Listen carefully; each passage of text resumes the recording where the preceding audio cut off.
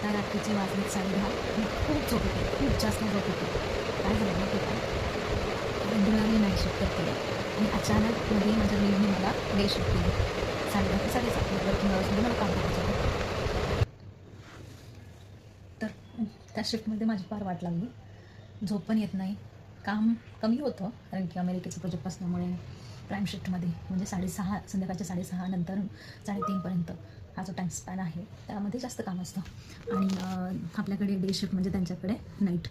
So तितका कामाचा flow नव्हता, पण तरी पण ती शिफ्ट नको वाटायला लागली. नीडला बोललं की जमत नाही आहे, झोप होत नाही आहे. म्हणजे यातून एक गोष्ट मला समजली की जेव्हा स्टार्टिंगला मी नाईट शिफ्ट करत होते त्यावेळेस मला नाईट शिफ्ट नको नको वाटायची. अरे काय आहे, किती त्रास आहे, झोप होत नाही, चिडचिड होणं, परत शरीरावरती वेगवेगळे इफेक्ट असे परिणाम दिसायला लागले होते. पण आता जवळपास 5-6 महिने होत आले, त्याच्यापेक्षाही जास्त दिवस झाले असतील मी नाईट शिफ्ट करते आणि त्याला इतकी यूज टू झाली आहे की आता दिवसपाळी करायला कठीण वाटतंय.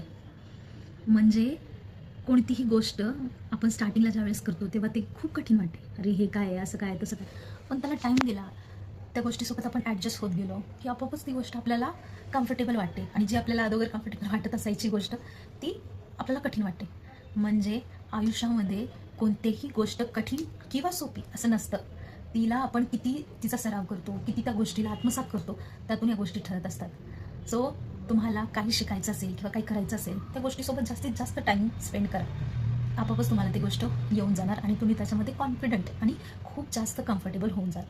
सो बघा, आयुष्यात पुढे जायचं आहे, काय करायचं आहे, कोणत्या गोष्टींना महत्त्व द्यायचं आहे आणि कसं कसं शिकायचं आहे. बरेच कॉर्पोरेटमध्ये पण लोक असतात, खूप वरच्या पोझिशनला असतात, तरी पण इंग्लिश हे बॅरियर असतंच कारण की आपण मराठी माणसं. बरेच बिहार साईडचे लोक किंवा साऊथ इंडियन स्पेशली खूप चांगलं इंग्लिश बोलतात, पण त्यांची जो टोन असतो तो त्यांच्या लँग्वेज, त्यांचा मदर टंगचा त्याच्यामध्ये थोडासा इन्फ्लुएन्स असतो. सो आपल्याला काय करायचं आहे, आपल्याला स्वतःला ग्रूम करायचं आहे, स्वतःवरती काम करायचं आहे. त्यासाठी जास्तीत जास्त अनकम्फर्टेबल वाटणाऱ्या गोष्टींना फेस करायचं आणि त्यामध्ये स्वतःची डेव्हलपमेंट करत करत जायची. जास्तीत जास्त तुम्ही 3 महिने जर एखाद्या गोष्टीवर फोकस करून घालवले ना, ती गोष्ट तुम्हाला जमणार म्हणजे जमणारच. सो स्वतःवरती विश्वास ठेवा आणि कॉन्फिडेंटली गोष्टी करायला लागा, कारण की जगातली कोणतीच गोष्ट कठीण नाही आहे आणि सोपीही नाही आहे. ती आपण कशी हँडल करतो यावर सगळ्या गोष्टी असतात. एवढंच आज बोलते. आणि महत्त्वाचं म्हणजे आयुष्य खूप सुंदर आहे, ते जगायचं आहे, दुसऱ्यांना जगायला शिकवायचं आहे आणि छोट्या छोट्या गोष्टींनी डिमोटिवेट होण्यापेक्षा दुसऱ्यांना मोटिवेट करा आणि स्वतःही मोटिवेट होत राहा. Thank you so much. जर तुम्ही माझ्या चॅनलवर नवीन असाल तर प्लीज माझ्या चॅनलला सबस्क्राईब करा, शेअर करा आणि लाईक करा. Thank you so much for watching this video. भेटूया उद्या. Bye bye.